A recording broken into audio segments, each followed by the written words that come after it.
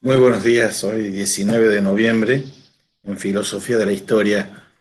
Vamos a tratar, seguimos con esta cuestión del peronismo, el antiperonismo, la dictadura militar.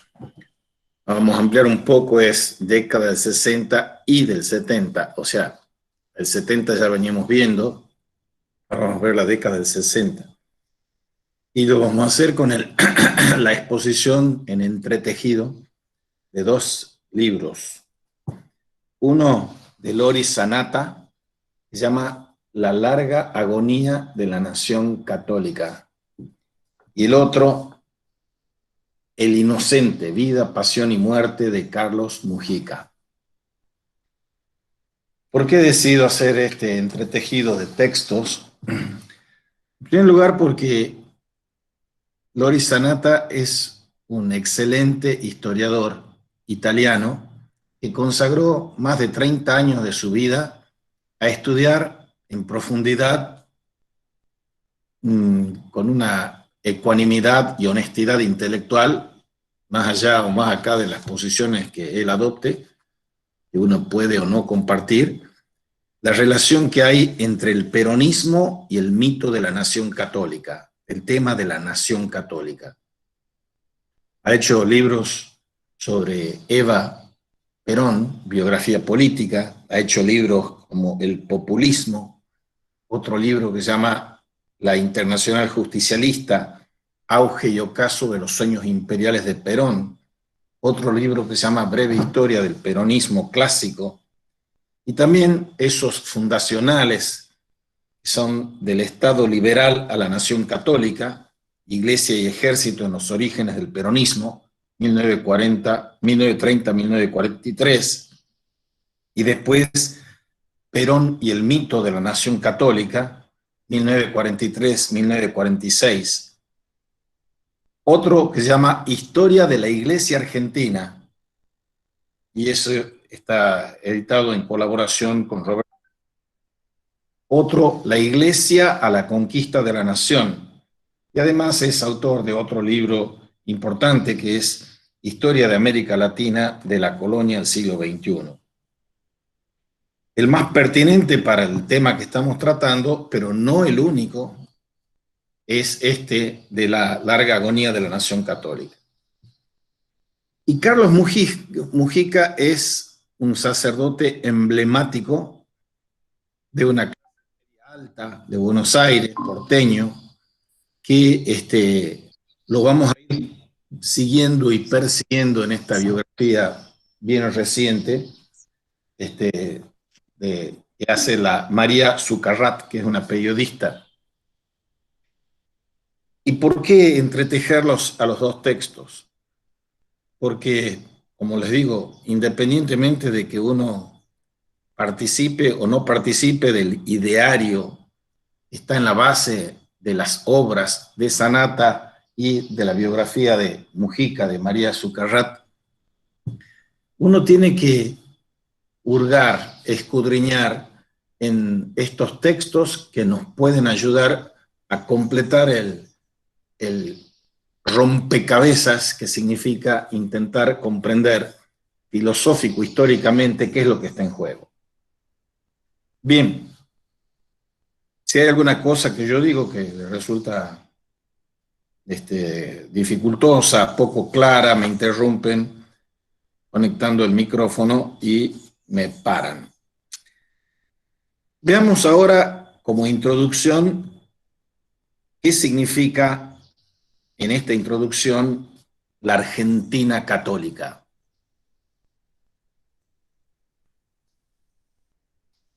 No le voy a leer el índice, pero estas son las últimas clases que estoy dando de este último tema bibliográfico que sí o sí ustedes tienen que trabajar.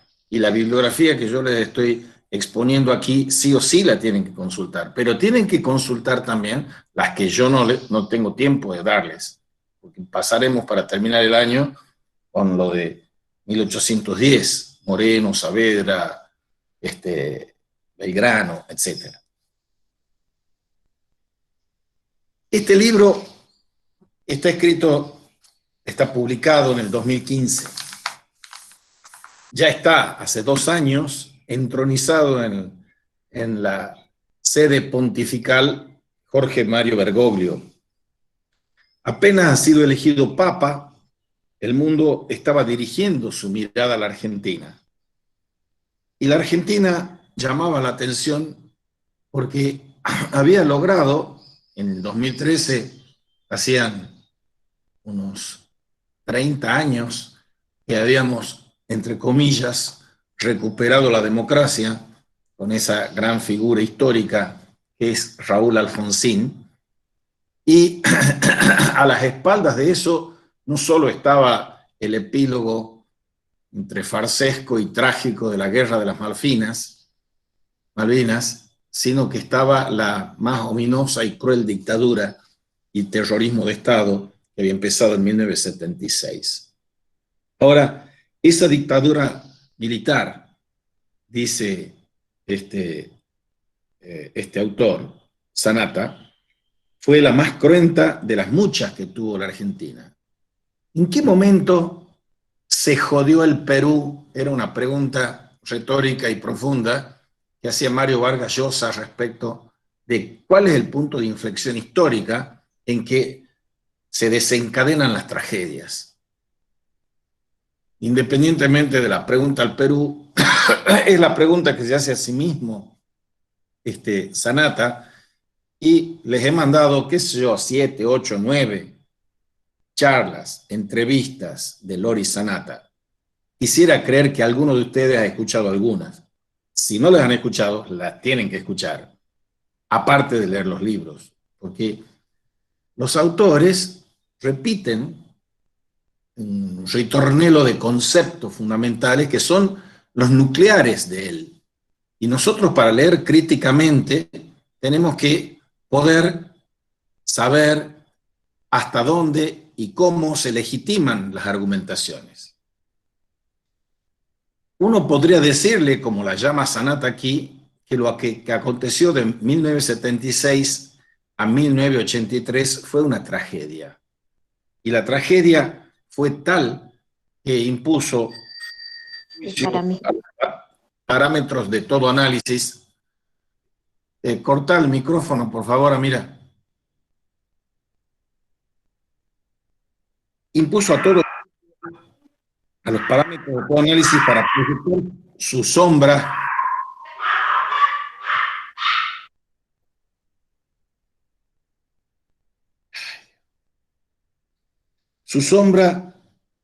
al resto de la historia argentina. O sea, toda la historia argentina se tiene que ver en la comprensión de ese misterio de la iniquidad, de la crueldad que aconteció en la dictadura del proceso de reorganización nacional.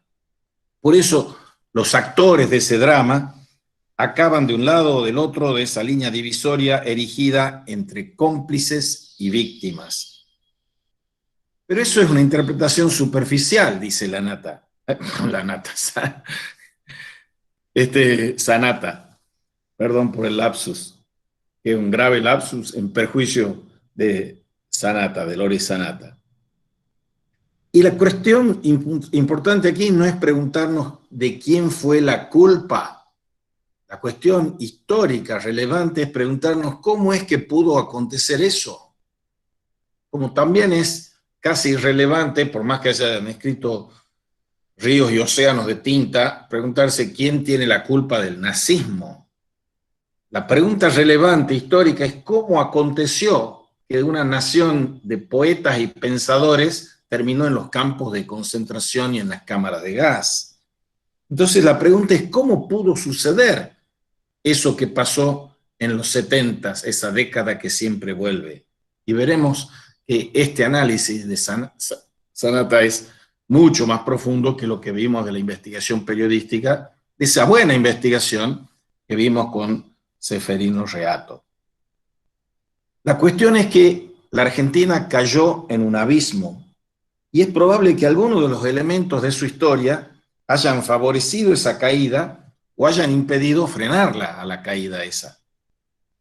Hay amenazas, hay venganzas, hay funerales, hay himnos a la muerte, que constituyen el telón de fondo de la historia argentina hasta devenir un rito cotidiano. Tratar de comprender qué fue lo que pasó y lo que causó esta tragedia es tratar de comprender por qué implosionó una comunidad. Subrayo la palabra comunidad porque es fundamental en un sentido crítico el que la usa Loris Sanata. Pero él mismo dice aquí en la introducción qué fue lo que causó la violenta implosión de una comunidad. Una comunidad, ya les vengo diciendo, cuando explicábamos lo de Risco Fernández y de Ponsati, no es lo mismo que una sociedad. Y ese es uno de los ejes argumentales del señor Loris Sanata. Loris Sanata adhiere con una fe, no digo de converso, pero una fe firme, en un mito para criticar otro mito. Y lo digo aquí ya como inicio de una lectura crítica del propio Loris Sanata, haciendo la reserva de la excelencia de una obra que es insolayable para meterse en este tema. ¿Y cuál es el mito al que adhiere Loris Sanata? El mito de la ilustración, de la razón ilustrada, del régimen liberal, de la república, de los individuos. Individuo o persona, veíamos, era la distinción que hacían los Maritain, los Ponsati, los Gaspar Risco. Aquí es la sociedad civil, la política liberal, también la economía liberal, porque uno de los núcleos argumentativos de Loris Sanata es que aquí había un Estado liberal, que es la composición de la organización nacional, que viene en la generación del 80, y hay una puja interna. El cáncer mayor de la historia argentina y de la historia en general, porque él la expande a la historia de América Latina y también a la historia del mundo en muchos aspectos, es uno de las bestias negras del análisis histórico que hace Loris Sanata, que es el populismo. Y el populismo como una concepción forjadora de la nación católica, el mito de la nación católica. Es importante que les subraye que la palabra mito no es inocente. Aquí la palabra mito no está usada como la usa lo que ustedes ya han visto en profundidad en Hans Blumenberg.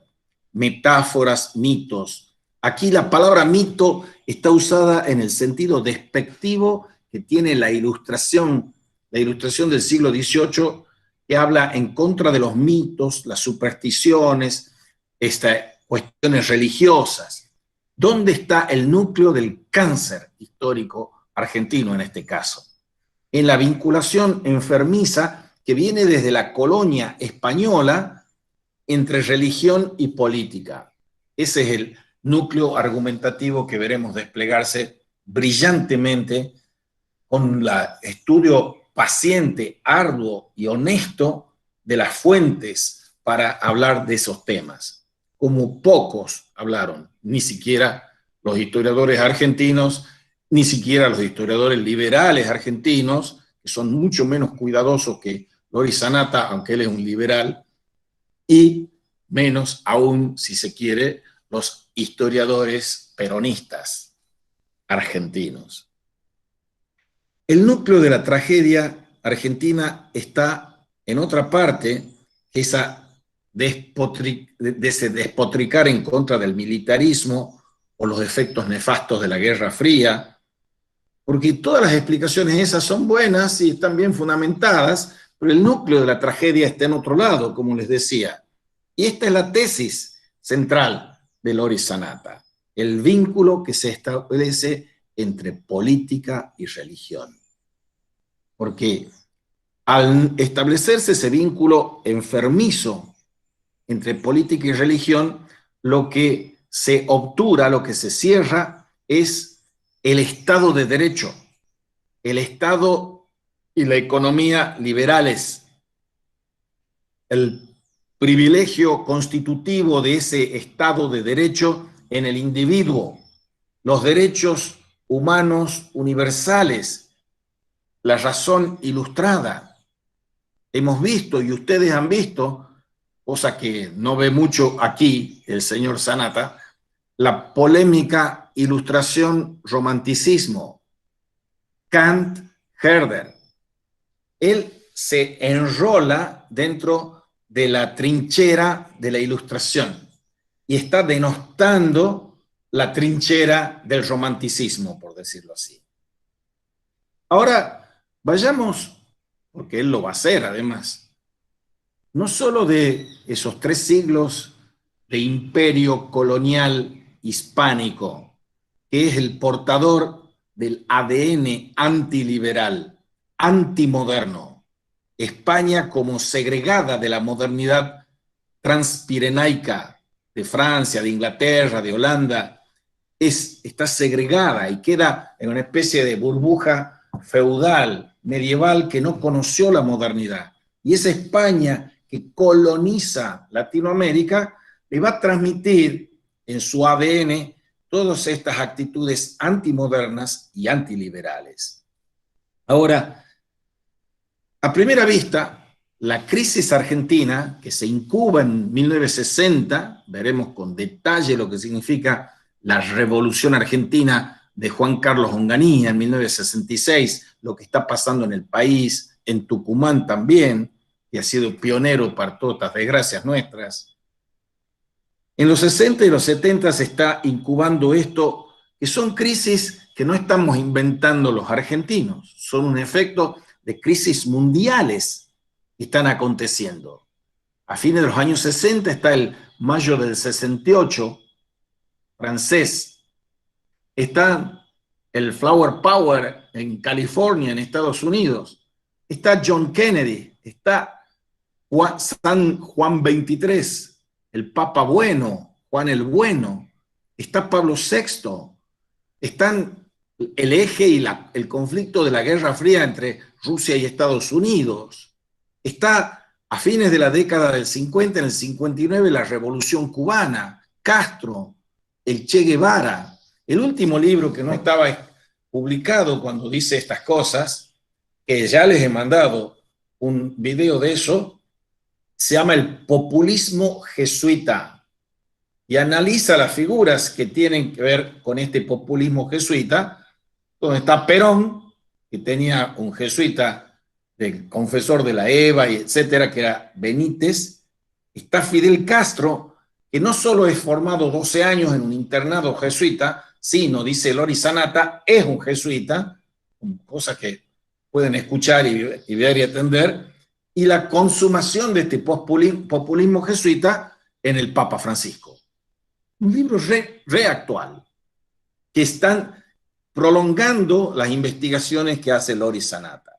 Ahora, en los 60 y 70 lo que se vivía era una época de militancia protoguerrillera o guerrillera también, y militancia de lo que veíamos también en Ceferino Roato de la patria sindical o peronista, la patria socialista, era Montonero Sierp, y la patria militar, que estaban en guerra. Lo interesante que señala y puntualiza Lori Sanata es que esas guerras eran guerras entre cristianos. Eran guerras, dice él, de religión. Incluso con el movimiento del ERP, que avanza él, algo que lo dice la doctrina de la Iglesia también, las ideologías políticas se convierten en religiones secularizadas. Entonces, él está leyendo ese hervidero de golpes de Estado, de insurrecciones armadas, como guerras de religión. Guerras de religión en nombre de Dios.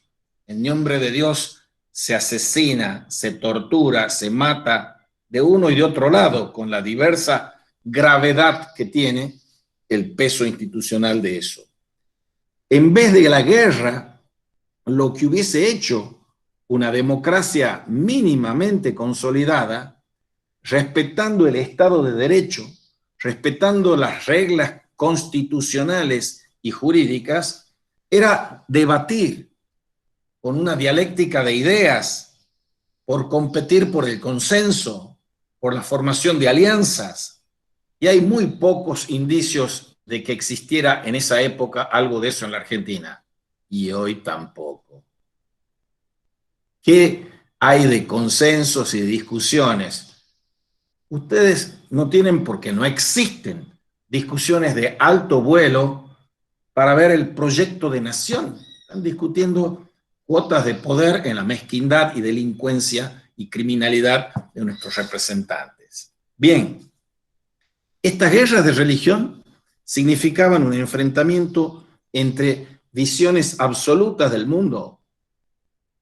Porque él dice, el cristianismo ha inventado esta cuestión de que la historia tiene un sentido, y ese sentido es la redención y la salvación. Entonces, hay una teoría providencialista de la historia. Recuerden cuando veíamos Vico frente a Voltaire, el progreso frente a la providencia razonada y razonable. En Vico tampoco hay muchas señas de que a su connacional Vico le preste mucha atención, porque él está más del lado de Voltaire, obviamente. Entonces acá hay un enfrentamiento entre visiones absolutas del mundo. Están seguras de que ellas poseen la llave del reino de Dios para instaurar el cielo en la tierra, la receta de la felicidad para los pueblos. Otra palabra tabú y fetiche, la palabra pueblo. De ahí va a degenerar el populismo. Y tiene él un librito que se llama El populismo, que es bastante reciente, pero tienen en la bibliografía ustedes muchos aportes muy interesantes sobre el populismo, que los tienen que leer. Ahora, estas partes en guerra están decididas a negar la legitimidad de las ideas de los otros. Y se niega las ideas de los otros y se terminan negando a los otros, matándolos, neutralizándolos. Y se rechazan los límites institucionales, democráticos y políticos para arbitrar en los disensos. Y los disensos se terminan zanjando, comillas, con la boca del fusil, con las armas, con la pólvora, no con la dialéctica de las ideas, no con la discusión de los proyectos de comunidad o de nación o de república. Se luchó, se asesinó, se murió en nombre de Dios, en nombre del catolicismo, en nombre de la patria y en nombre de la fe del pueblo. El pueblo con mayúscula, porque es parte nuclear de la argumentación de Loris Sanata apelar a que ese mito de la nación católica, en el caso particular de Argentina, está encarnando una visión populista, y la visión populista es la formulación moderna de mitos antiguos que se retrotraen a la antigüedad, y él distingue entre la comunidad organizada, que es el término de Perón, entre lo orgánico, y él calla la otra parte que ustedes conocen porque han visto Sarmiento y Alberdi, Ilustración Bárbara Ilustrada, que es la parte mecánica del contractualismo liberal. Entonces, él va a criticar el pueblo como esa visión unanimista, nostalgia de la humanidad en la que en algún momento había una única res pública cristiana, que era el imperio, Sacro Imperio Romano Germánico. Pero eso cayó, y después de la Revolución Francesa se abre un giro a la historia en el que se produce una paulatina secularización de aquello que estaba espiritualizado y corrompido, por otra parte. Era el papismo, y era el dominio de lo espiritual sobre lo temporal, enmascarando una barbarie temporalista de sed de poder, de riquezas, encarnadas en esos representantes de la iglesia. La fe del pueblo, nombrar esa palabra hermosa, dice Loris Sanata, que es pueblo, para con eso enmascarar un unanimismo que no existe. porque el fundamento de la cuestión democrática liberal es el pluralismo, no el unanimismo. Entonces la nación católica es una nostalgia de unanimismo. Si ustedes recuerdan la clase anterior, las dos clases anteriores que yo expuse, Ponsati tras las huellas de Maritain, Maritain, mucho antes que nazca Loris Sanata y antes que nazca yo también, que soy más viejo que Sanata, habla Maritain del pluralismo. Lo dice en el año 1942, que la savia de la democracia es la inspiración evangélica y eso comporta la pluralidad. Aquí se aboga como si ese fuese un invento de la ilustración agnóstica o atea, la pluralidad. Eso está presente en grandes pensadores políticos como Maritain y por supuesto siguiéndolo a él en hombres como Risco y como Ponsati. El gran ausente, y en esto tiene razón Loris Sanata, el gran ausente en ese panorama tormentoso, tumultuoso, lleno de sangre, de furia, es la Argentina de los 60 y de los 70, el gran ausente es el Estado de Derecho. Lo contrario del Estado de Derecho es el Estado de facto. Los golpes de Estado son suspensión del Estado de Derecho, suspensión de las constituciones, suspensión de los derechos individuales. La suspensión del Estado de Derecho es el estado de excepción. Hay un bello libro de Giorgio Agamben que se llama así, Estado de excepción, porque el estado de excepción es el comentario enjundioso, riguroso, genial que hace Agamben de la tesis 8 de Walter Benjamin sobre los conceptos de la historia. Vayan a escuchar la clase que hemos dado sobre introducción a Walter Benjamin. Son los marcos teóricos que ustedes tienen que usar aquí. La suspensión del Estado de Derecho en el siglo XX tiene una fecha.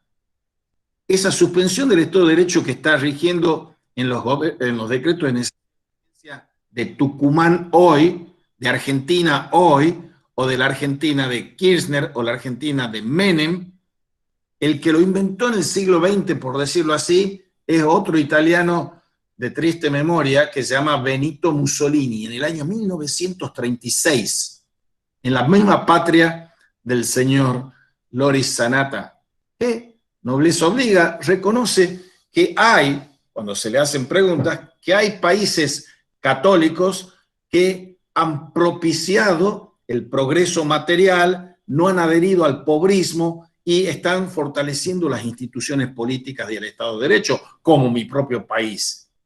¿Influido por qué? Porque hay un grupo, que era la democracia cristiana, que estaba alentando un estilo después de la Segunda Guerra Mundial que respetaba todo eso. O sea, no hay que leer con anteojeras los libros. Por más que él señale con contundencia y rigor y honestidad esto del mito de la nación católica, eso no significa, dice Loris Sanata en otros contextos, está mandado en las charlas que les he mandado, que todos los católicos sean populistas. Que todos los católicos estén poniendo palos en la rueda del Estado de Derecho, de la prosperidad, de la riqueza, de la inventiva, etc. No. Hay países como Italia, sobre todo también el norte de Italia, dice, porque por el sur estamos más parecidos a la Argentina, parece, pero Holanda, pero Francia, pero Alemania tiene la economía social de mercado que está hecha de la época de Konrad Adenauer. O sea, el catolicismo no es incompatible ni con el Estado de Derecho, ni con la democracia, ni con la economía de mercado abierta, con ciertos límites. O sea, hay que leerlo con respeto y con fruición a las investigaciones de un hombre tan serio y tan capaz como Loris Sanata. Pero eso no significa leerlo acríticamente. Bien, el Estado de Derecho, ¿qué es lo que permite? Garantiza ciertas reglas de juego comunes para todas las ideologías, porque los partidos políticos que nos debieran representar son representaciones de ideologías diferentes y diferenciadas. y se atienen a las reglas de juego de la discusión democrática entre distintas formas de ver el ordenamiento hacia el bien común. El ordenamiento civil, el ordenamiento político, el ordenamiento económico, todo en aras de la convivencia en un mundo pluralista. Vuelvan a escuchar las clases anteriores, dos clases anteriores sobre Ponsati y Maritain. Un mundo pluralista que en la Argentina no se dio, dice Sanata. A la inversa, en la Argentina prevaleció un principio de unanimidad, unanimismo frente a pluralismo. Y esto es la derrota de la Argentina liberal, porque uno de los temas que tienen monográficos es católicos y liberales en la generación del 80. La derrota de la Argentina liberal, que empezó a acunarse y acuñarse con las bases de la Constitución de Alberdi, y que se consuma en esa esplendorosa y pujante Argentina de la generación del 80, que por cierto era una democracia harto limitada. Aquí venían los patrones de estancia a recogerle la libreta de enrolamiento, como se llamaba el DNI en esa época, a todos los obreros de sus fábricas o de los surcos, y los hacían votar por lo que decía el patrón. Esa era una democracia posible, decía Alberdi. Ustedes lo tienen que haber leído. Lean El orden conservador, lean la tradición republicana de Natalio Botana. Ahí prevalece el principio del unanimismo de la nación católica, y ese es un mito. Recordemos que mito se dice de maneras muy diferentes después de los grandes trabajos sobre la metáfora y el mito que hemos visto en Blumenberg. El sentido unánime o unívoco que le aplica el señor Lanata, que me persigue el fantasma de Lanata, Sanata, es despectivo, es negativo. Prevalece este principio de unanimidad sobre un principio de pluralidad. Y es amparado en un mito fundador de tipo religioso, el mito de la nación católica. Es un mito que impuso su tutela sobre el ámbito político. Y había católicos liberales, y había católicos antiliberales. A esa lucha al interior de la iglesia la ganaron los antiliberales y sepultaron el proyecto de una Argentina liberal, dice Loris Sanata.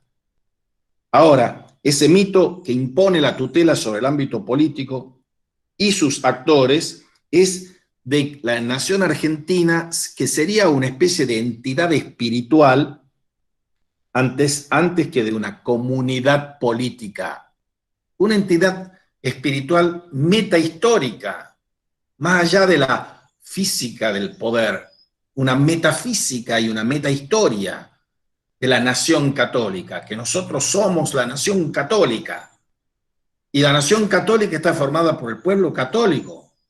¿Y el pueblo católico qué son? ¿El 10%, el 20%, el 40%? ¿Y qué son el otro 50% o 60%? Son antipueblo, dice Loris Sanata. Pueblo versus oligarquía, pueblo versus antipueblo. ¿Y qué es lo que tengo que yo estructurar aquí? La lucha del pueblo en contra del antipueblo, que es la oligarquía, pero, como señala Loris Sanata, también es, en la visión del peronismo, es la clase media. Y la clase media es una clase burguesa que ya ha renunciado y ha apostasiado de su identidad como católicos, porque están traicionando la entidad espiritual que les da su ser. Se trata de un mito basado en la idea de que la nación argentina es una entidad espiritual, no una estructura de una comunidad política, dice él, traicionando sus propios conceptos, porque él no debiera decir comunidad política, sino una sociedad política, un ordenamiento político social. Pero ¿qué ventaja les trae para estos mitificadores de la nación católica esa ideología de la nación católica? Les da la noción de que tenemos cierta identidad. se produce el aluvión inmigratorio a fines del siglo XIX y comienzos del XX, que hace de la Argentina un crisol de razas. Es el país que tiene más diversa y variopinta inmigración de toda América Latina, o ibero-afroamerindia, dicho más complejamente.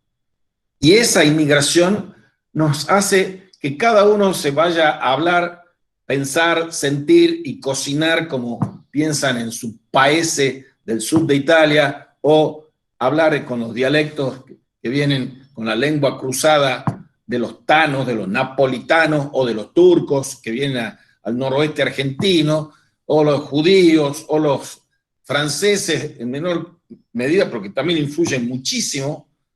Pensaban que Buenos Aires iba a ser la París del siglo XX, así como París fue la capital de Europa en el siglo XIX. O sea, hay una disgregación, y esa disgregación atenta con quién es un argentino o qué es un argentino. Mezcolanza, cocoliche de napolitanos con gallegos y turcos. Entonces, la nación católica nos daba la ilusión y la proyección de que teníamos una identidad. Teníamos un mismo suelo, una misma lengua, una misma fe. Es la ilusión de la unanimidad organicista para una comunidad organizada, corporativa, dice Loris Sanata. Todos estos elementos se van conjugando y conjurando para derrotar la concepción liberal del Estado, y se convierte la nación católica en un mito hegemónico, y desde entonces el catolicismo del pueblo fue el que dio la sustancia al catolicismo de la nación. Y todos invocaban ese mito de la nación católica para legitimarse, sean de izquierda o de derecha, términos que cuidadosamente evita Loris Sanata, porque no es cuestión de derecha y de izquierda. ¿Sos populista o sos democrático? No podés ser demócrata y populista, por más que en toda democracia hay un núcleo medio populista, demagógico, agazapado. Pero aquí, puesto en forma hipertrofiada, el populismo peronista, que no es el único que existe en Latinoamérica, por cierto. Viendo en las épocas y los meses y días y horas que corren con el coronavirus, populista es Putin, populista es Xi Jinping, el chino, populista es Trump, populista es Bolsonaro, no solo Alberto Fernández y Cristina Fernández de Kirchner. Hasta los que vienen por derecha liberal, como Macri, dice el propio Loris Sanata también, no tienen coraje, ni vigor, ni ideas. A veces no saben, a veces no pueden y a veces no quieren luchar por ese Estado de Derecho liberal. Y distan de ser representantes liberales. Toda la economía, toda la política en la Argentina es patriarcalista, patrimonialista, y es una cuestión que nos corroe por dentro el régimen de convivencia política democrática. Por eso, este mito no contempla la pluralidad dentro de la unanimidad ideal que exigía. Y lejos de reconocer la naturaleza plural de la sociedad y de considerar al Estado de Derecho como el único instrumento para evitar la lucha de todos contra todos, tratan de apropiarse del mito común. Y aquí viene la figura de la subversión. La versión de la subversión, en el lenguaje de los militares o de la guerrilla, era la subversión apátrida. Como decía Bussi aquí en Tucumán, la subversión, entonando esa misma cantilena, está diciendo que la subversión está socavando la identidad católica del país. Eso decían los militares. Nosotros somos los guardianes del occidente cristiano. Católica es la nación donde reina la justicia social, decían y rebatían los trabajadores de la CGT y del peronismo. La revolución va a crear un orden basado en el Evangelio, sostenían los guerrilleros y sacerdotes revolucionarios. Todos decían que lo hacían en nombre del Evangelio, en nombre del cristianismo, en nombre de la identidad católica, y todos estaban peleando de quién es más católico que el otro.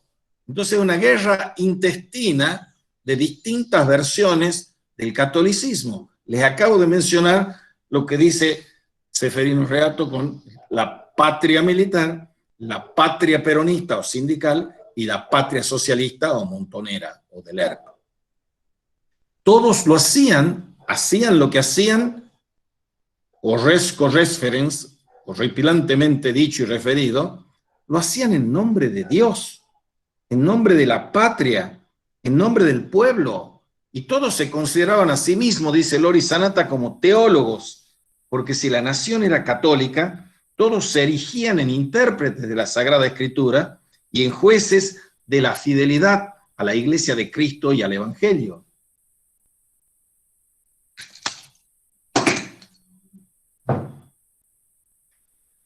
Como el mito que había creado, también la Iglesia dio el éxito por descontado.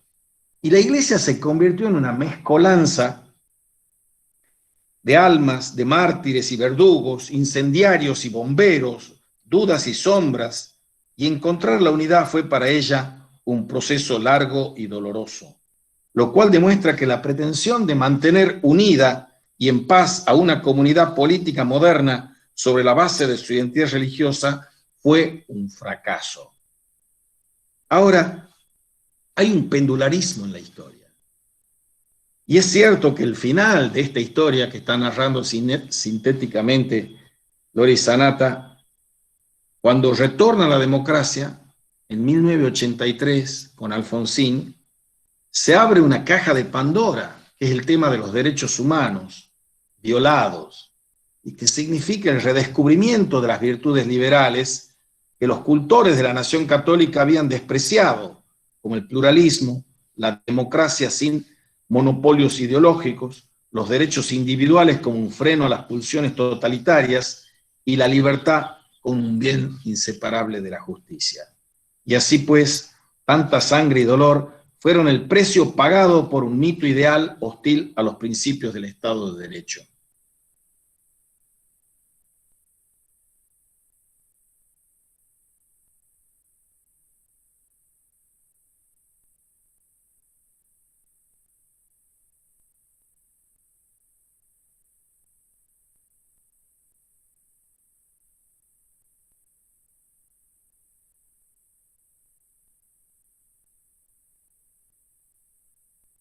Disculpen la interrupción.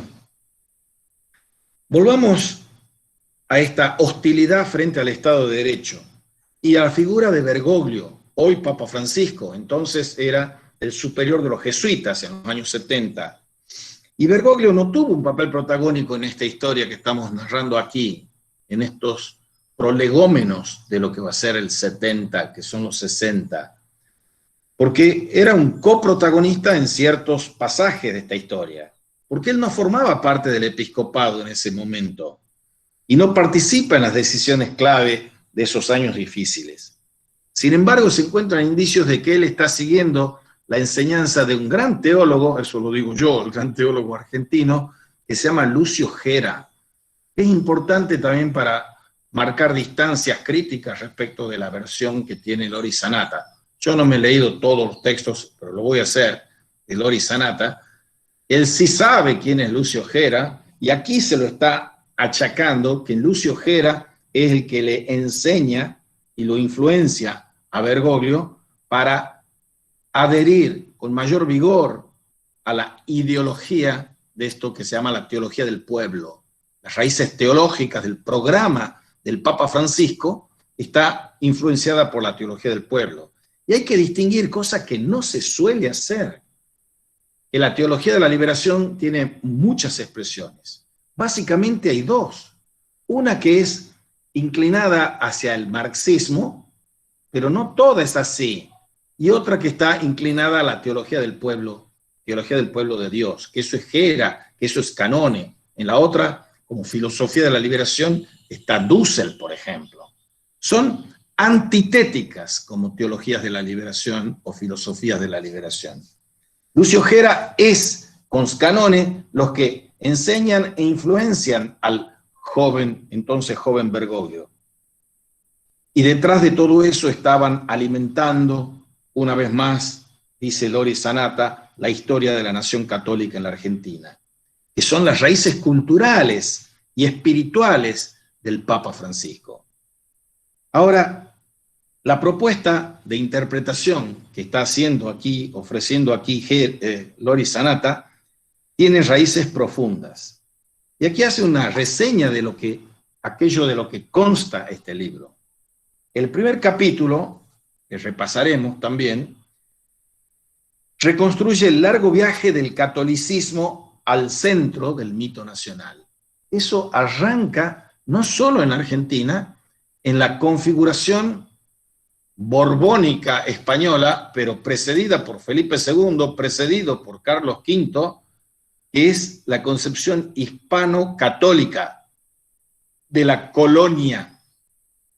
Y eso va a desembocar después, comienzo del siglo XIX, el tema monográfico siguiente, vamos a ver 1810, que ya tienen ahí entre el hombre del Alto Perú, que es Cornelio Saavedra, y el hombre que es un abogado porteño, que es Mariano Moreno, un mirar hacia Europa y hacia Inglaterra, Moreno, y un mirar hacia el interior de la patria grande latinoamericana, como sueña Bolívar, y ejecutan más o mejor que él San Martín en parte. Bien, esa cuestión de las raíces profundas del largo viaje del colonialismo español, con su antiliberalismo, su antimodernismo, al centro del mito nacional argentino, y el abandono de la vía liberal a la modernidad, dice Loris Sanata. El segundo capítulo aborda la Revolución Argentina, que es Juan Carlos Onganía, que es un proyecto parecido al del franquismo con su nacionalcatolicismo. Están abrazando de todo corazón el proyecto de que la Argentina es una nación católica. Entonces, imaginan una concepción corporativista, estamental de la Argentina, antiliberal, y no obstante lo cual pretendiendo modernizarse, o sea, ayornar el franquismo aquí en la Argentina, por decirlo así. Ese es el segundo capítulo, que va a durar hasta 1973, porque ahí viene de vuelta la cuestión de Perón, porque está Onganía, Levingston, Lanusse. Lanusse es el que tiene más lucidez y coraje y ve que no se puede seguir proscribiendo al peronismo. Entonces eso lo vamos a ir viendo muy detallada y juiciosamente en la versión que nos da Loris Sanata. La Iglesia experimenta entonces divisiones internas y nace el mito de la nación católica. Y el tercer capítulo estudia a la Iglesia durante los años caóticos del gobierno peronista, que van de 1973 a 1976, que es el núcleo del libro de Ceferino Reato que vimos nosotros, con el epicentro en 1975.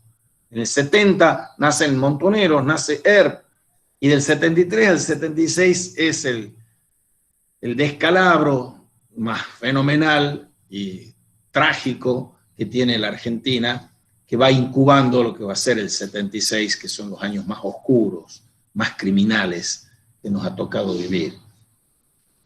No es para minimizar los crímenes que cometemos hoy, ¿no?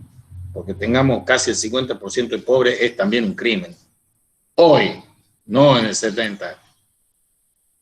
La Iglesia trata de restablecer su unidad y se ocupa de proteger la nación católica en peligro.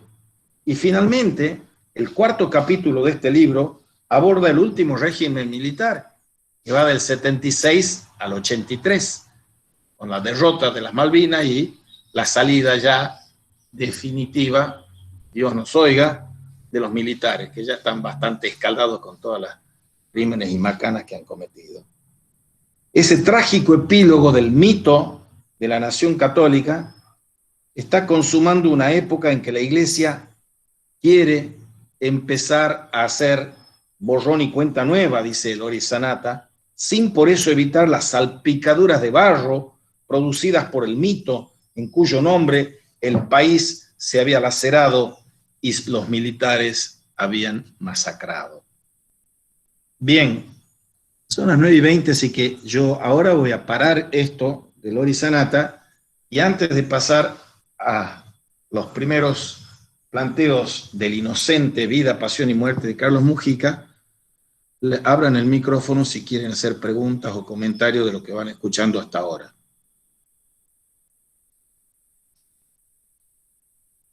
¿No? Bueno. Cuando yo les planteaba el tema de la grieta, que significa peronismo y antiperonismo, por ejemplo, rosismo y antirrosismo, lo que significa de Moreno y Saavedra, católicos y liberales en la generación del 80, Alberdi y Sarmiento, en todas esas grietas señalábamos y mencionábamos que de los dos labios de la grieta están los extremos. Y hay algunas personas que son paradigmáticamente reconciliantes y que están buscando no caer en el foso profundo de la grieta. Y decíamos que a nivel nacional hay hombres que los mencionamos ya desde la charla a los obispos que ustedes estudiaron, como Mignone, que escribe ese maravilloso y estremecedor libro Iglesia y Dictadura. Pero hay unos cuantos obispos y sacerdotes y laicos martirizados por la dictadura. Dentro de los obispos está Angelelli como mártir, pero hay varios otros obispos, Devoto, Jerónimo Podestá, Novak, Esaine, que no estaban en contubernios criminales con los asesinos de la dictadura. Y no estaban necesariamente vinculados orgánicamente, ni mucho menos mecánicamente, a las guerrillas, que tenían, como Angelelli, y lo vimos, como lema, con un oído en el Evangelio y otro oído en el pueblo. Eso es una consigna fundamental para mostrar que yo sí tengo derecho, como cristiano, a comprometerme, aunque sea sacerdote u obispo, con las cuestiones temporales, pero no hacer una melange, una mezcolanza entre mi oficio de pastor y mi oficio de compromiso político.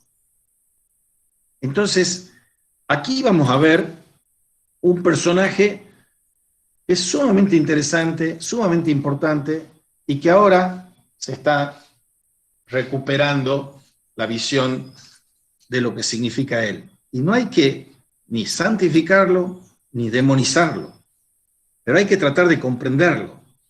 Y ese es el sacerdote Carlos Mujica. Y esta periodista hace una versión novelada de esto. Pero hay un prólogo que escribe uno de los sacerdotes que encarna una posición dentro del clero, que es la opción por los pobres. Interesante porque está en las antípodas de lo que denuncia como el atraso del Estado de Derecho, del Estado liberal, la economía abierta, la sociedad abierta que defiende Lori Sanata.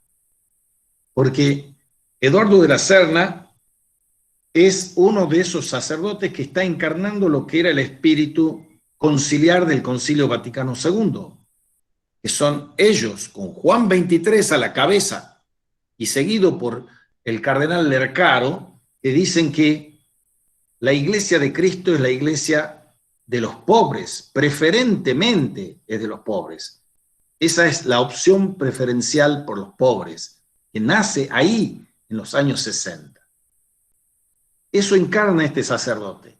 y a él le piden que haga el prólogo de esta biografía. Y él dice, son más de 40 años de un martirio. Mártir es el testigo. Toda versión de historia y de filosofía de la historia que se precie debe considerar como clave de las claves de la verdad por el testimonio, la verdad del testigo. Ahora, hay muchas culturas y muchos grupos que suelen reconocer y exaltar a sus mártires, y también lo hace la Iglesia Católica Romana. Y muchos piensan, no sin cierta razón, que allí se esconde una especie de amor por los muertos, de una necrofilia. Y algo de eso se puede decir de estos grupos. Hay un jesuita boliviano que se llama Luis Espinal, que fue asesinado en Bolivia por la dictadura de García Meza. Y él decía en un escrito que aparece después de su muerte, el grupo político desplazado tiende a la mística, procura sublimar la derrota. En cambio, el pueblo no tiene vocación de mártir. Cuando el pueblo cae en el combate, lo hace sencillamente. Cae sin poses. No espera convertirse en estatua. Esa es la cita del jesuita boliviano Luis Espinal, que le daría más pábulo y aliento a la tesis de Lori Sanata del mito de la nación católica, porque ahí explícitamente está hablando de el pueblo. ¿Y qué es el pueblo? Es un todo que se convierte en la distorsión que describe Sanata en un totalitarismo, un todo que fagocita las partes. El todo es mayor que las partes, cita a Bergoglio. El mártir no es mártir por su muerte, dice Eduardo de la Serna. Es mártir por su vida. No lo es por dar la vida propia, sino por dar vida. Mártir es testigo, es aquel o aquella que da testimonio con su vida de aquello en lo que cree hasta el extremo de la muerte. No es la muerte lo que se valora, es la fidelidad, es lo que la vida de esta persona muestra, testimonia hasta el final. La teología del martirio en la Biblia empieza en el periodo de los Macabeos, año 168 antes de Cristo. El gobernante griego Antíoco IV intenta imponer por la fuerza y la violencia las costumbres helénicas, obligando a los judíos a renunciar a las propias. Hay un núcleo fiel al judaísmo que es asesinado y los infieles son bendecidos, entre comillas, por el imperio. Los mártires, esos macabeos, eran testigos de que para ellos algo era más valioso que la propia vida y la entregaron a su vida por eso más valioso. Cuando los romanos enfrentan violentamente a los judíos y cristianos, luego de la guerra judía, años 66 y 70, hubo un renacer de esta teología. Es el tiempo de los nuevos apocalipsis. Apocalipsis tanto judíos como cristianos. Distinciones que no conoce Lori Sanata, que cree que el apocalipsis es solo el apocalipsis cristiano. Hay apocalipsis gnósticos, apocalipsis judíos, que veremos, aunque sea de refilón y venimos viendo. Eso tiene que ver con la escatología que venimos diciendo. Entre la argeia y el escatón se juega la historia, entre el principio y el fin. Los cristianos, ya después de Cristo obviamente, estamos hablando del siglo III, bajo el Imperio Romano, profundizan esta idea porque son perseguidos por el imperio. Obviamente son perseguidos porque siguen fieles adscribiéndose al mensaje del reino de Dios anunciado por Jesús. Jesús también fue ejecutado. La posterior fusión entre la Iglesia y el imperio post-constantiniano da comienzo a otros tiempos. Es lo que se llama la era constantiniana. Y ahí comienzan todas las macanas que han pasado con la Iglesia cristiano-católica, con ese constantinismo, en que se funden, como bien denuncia Lori Sanata, religión y política, el papocesarismo o el césaropapismo. Ahora, Cuando la Iglesia Católica del siglo XX y XXI, o sea, ahora, ayer nomás, Juan Pablo II habla de un nuevo martirologio de nuestro siglo, habla en el siglo XX, fines, está pensando desde Roma en los mártires de la República Española, los mártires del comunismo, los mártires del nazismo, de las guerras tribales, pero ninguno de los asesinados que los canoniza y beatifica como mártires Juan Pablo II son asesinados a causa de su fe por las dictaduras latinoamericanas. Y ahora sí, ya tenemos, agraciadamente, no desgraciadamente, esa sangre de mártires, semilla de cristianos, que se decía comienzo del cristianismo, y cita Bergoglio a los 30 años del asesinato de Angelelli.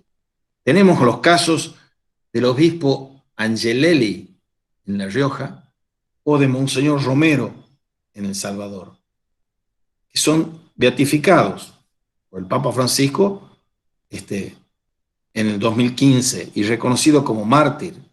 Pero no es algo que goce de mucha aceptación en un gran número de curiales. El principal conflicto teológico que tienen ciertos sectores de la Iglesia para reconocer estos mártires radica en que muchos de quienes los han asesinado se llamaban a sí mismos cristianos, con lo que no pareciera haber persecución religiosa ante esa muerte. Los mártires son un lugar teológico. Lugar teológico es un término técnico de la teología que viene del siglo XVI, de un señor que se llama Melchor Cano, que en 1560 lo tipifica. Y esto se aplica como lugar teológico, estos mártires nuestros, a los nuevos mártires de nuestros tiempos, porque estos mártires han dado con su vida testimonio de una verdad que era más valiosa para ellos que la verdad y la vida de su propia vida singular. Entonces uno tiene que escuchar qué nos están diciendo, como qué están testificando estos mártires, porque es la voz de Dios hablando a nuestro tiempo, dice Eduardo de la Serna. La pregunta fundamental es, ¿qué dice Dios a su pueblo en estos mártires latinoamericanos de nuestro tiempo? Lo que ha caracterizado estos lugares teológicos concretos de América Latina es la búsqueda de los valores que Jesús atribuye a lo que él llama el reino de Dios. El reino de Dios es la búsqueda de la justicia, de la igualdad, de la solidaridad o fraternidad, de la liberación. Y ciertamente Dios no puede reinar allí donde hay violencia, donde hay opresores y oprimidos, donde hay injusticia, donde hay desigualdad o hay muerte. Dan su vida en la siembra de estos signos del reino de Dios. Se transforma esto en testimonio, se transforma en martirio. Jesús fue asesinado a causa de su prédica. Las autoridades judías y romanas no podían soportar su predicación y deciden callarla. Pero no es Pilatos o Caifás quien logra que Jesús sea mártir. Es su predicación y su vida jugada hasta el extremo en la cruz. La metáfora del reino es la metáfora de Dios, que es Padre, y por tanto todos son, es decir, todos somos hermanos y hermanas. Los cristianos, a continuación, empezaron a buscar y encontrar sentidos a esta muerte en cruz de su Maestro. El amor de Jesús hasta el extremo de la cruz quebraba desde la raíz el círculo vicioso o la espiral de la violencia. Muchas de estas lecturas son más favorables, con estos martirologios ayornados de Juan Pablo II, son más favorables a los matadores que a los matados, a los victimarios que a las víctimas, como aquellas que exaltan el sufrimiento y el dolor como algo querido por Dios, lo cual resulta absurdo en cualquier sana antropología y teología. Dios no quiere la muerte, Dios no quiere el dolor, Dios no quiere el sufrimiento, Dios no quiere la injusticia. Eso es lo que nosotros permitimos que acontezca. Nosotros somos culposos, cómplices y responsables de todas esas cosas malas que nos pasan. No significa que Dios quiera la muerte. Obviamente no la quiere. Dios es el Dios de la vida, Dios es la vida, Dios es el amor. Angelelli no quería morir, lo asesinan. Mujica, Carlos Mujica no quería morir, lo asesinan, saliendo de la Villa 31. Pero ellos eran antes que nada y por encima de todo pastores. Y los pastores saben, cuando son buenos pastores, que no pueden abandonar a sus ovejas a la voracidad de los lobos. No es de buen pastor. Y ellos eran buenos pastores.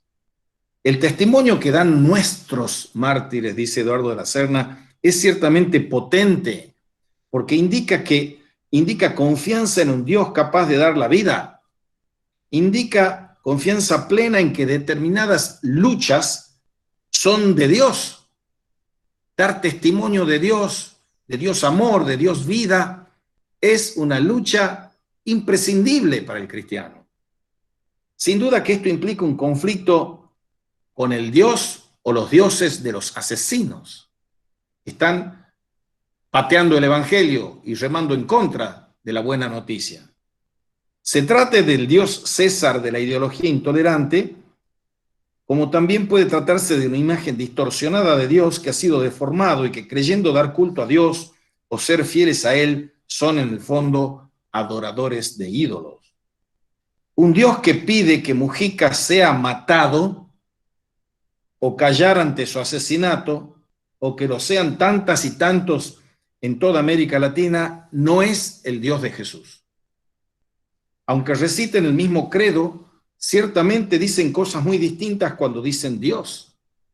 El Dios del reino, el Dios que es Padre, ciertamente queda muy lejos de aquello que al decir su nombre o al obrar en su nombre provocan los asesinos. La primera vez que escuché hablar de esta realidad de los nuevos mártires de nuestro tiempo, dice de la Serna, fue precisamente en palabras de Carlos Mujica. Era su conferencia sobre el rol del sacerdote en el año 1971. Vamos a ver después las relaciones que tiene Carlos Mujica con el naciente montonerismo y sus tareas pastorales. Me acuerdo, decía Mujica en el 71, que cuando hicimos un encuentro de sacerdotes del tercer mundo en Villa Carlos Paz, Monseñor Devoto decía, todas esas cosas que leemos en el Evangelio sobre que nos van a perseguir, que nos van a meter en cárcel, nos parecían siempre tan lejanas. Bueno, a lo mejor ahora Dios nos va a conceder la gracia de que no sean tan lejanas. Recuerdo haber leído, dice de la Serna, en un número de una revista que se llamaba Cristianismo y Revolución, el número 30 de septiembre del 71, el testimonio de ese sacerdote paraguayo Monzón, quien fue espantosamente torturado por la policía paraguaya.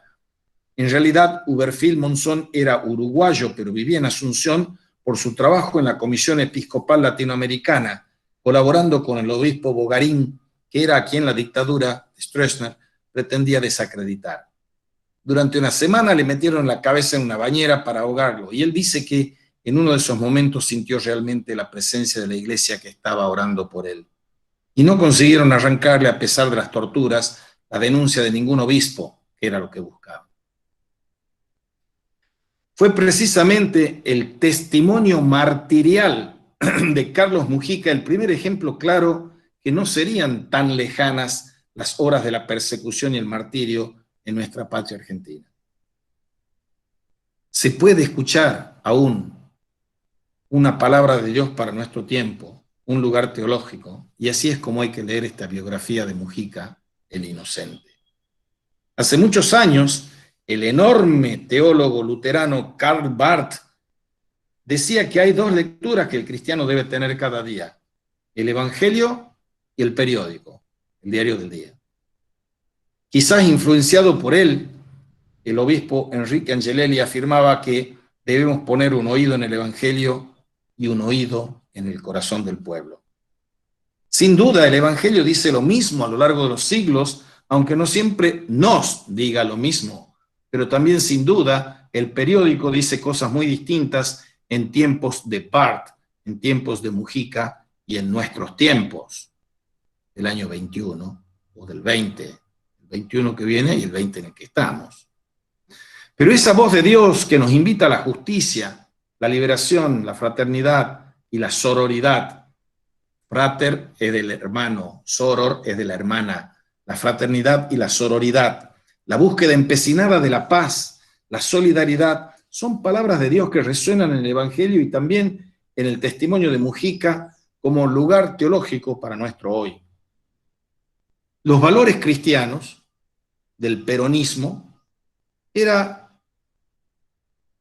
un criterio de un escrito que en el año 73 redacta Carlos Mujica, los valores cristianos del peronismo. Y él viene de una familia que es conservadora, acomodada, antiperonista. El padre fue diputado, fue ministro, y era muy amigo de Cayano, que era el arzobispo primado de la Argentina, que lo tuvo bajo su ala algún tiempo al joven sacerdote Carlos Mujica. Veremos, aunque sea sintéticamente.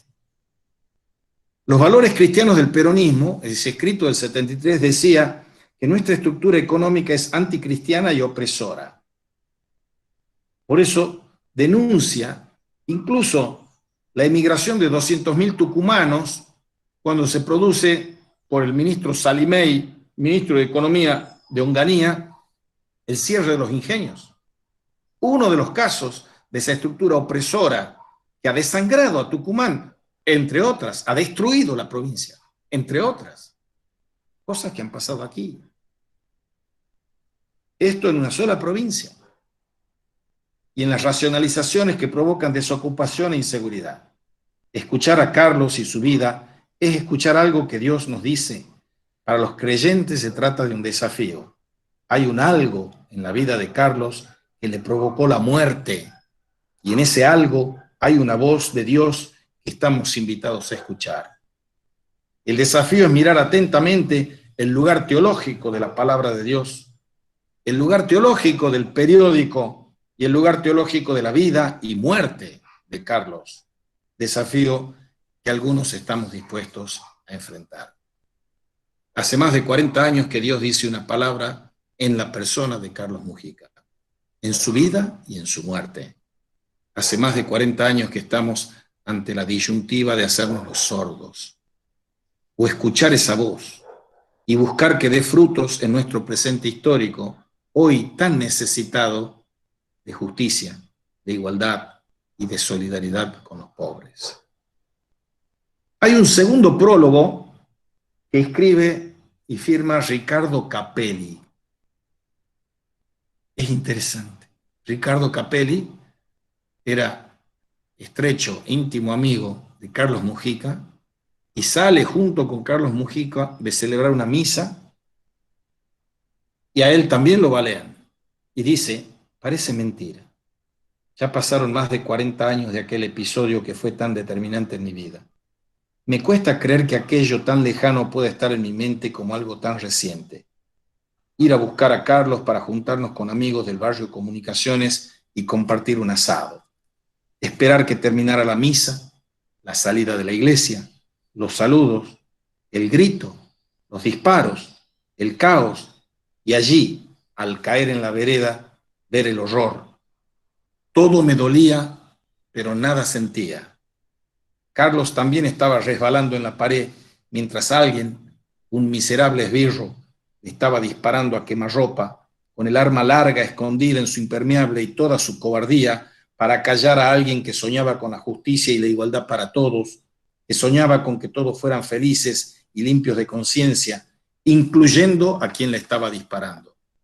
Todo en unos pocos segundos. La fina llovizna hacía las veces de lágrimas que caían del cielo. Ya en el hospital, juntas nuestras camillas, cuando lo llevan, a solas con mi dolor y mis pensamientos, tomé conciencia de que una larga noche negra comenzaba para mí y para todos en nuestra Argentina. Carlos Mujica, el padre Mujica, el padrecito, como lo llamaban los mayores del barrio, se iba dejándonos a todos paralizados, perplejos, indecisos, pero sobre todo muy tristes. Se iba un cura luchador, siempre listo a dar una mano.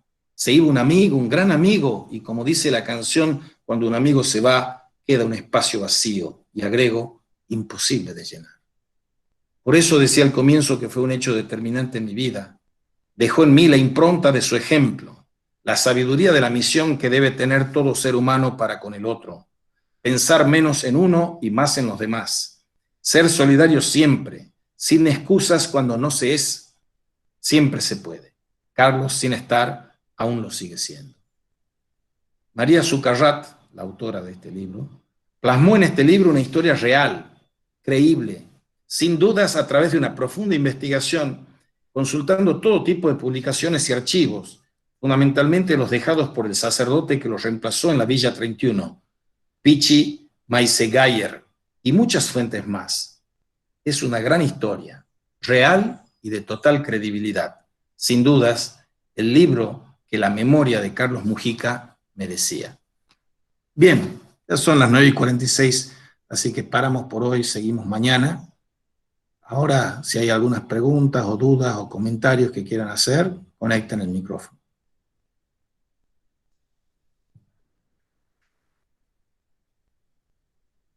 No, bueno, entonces nos vemos mañana. Les mando el link a las 8:15. Gracias.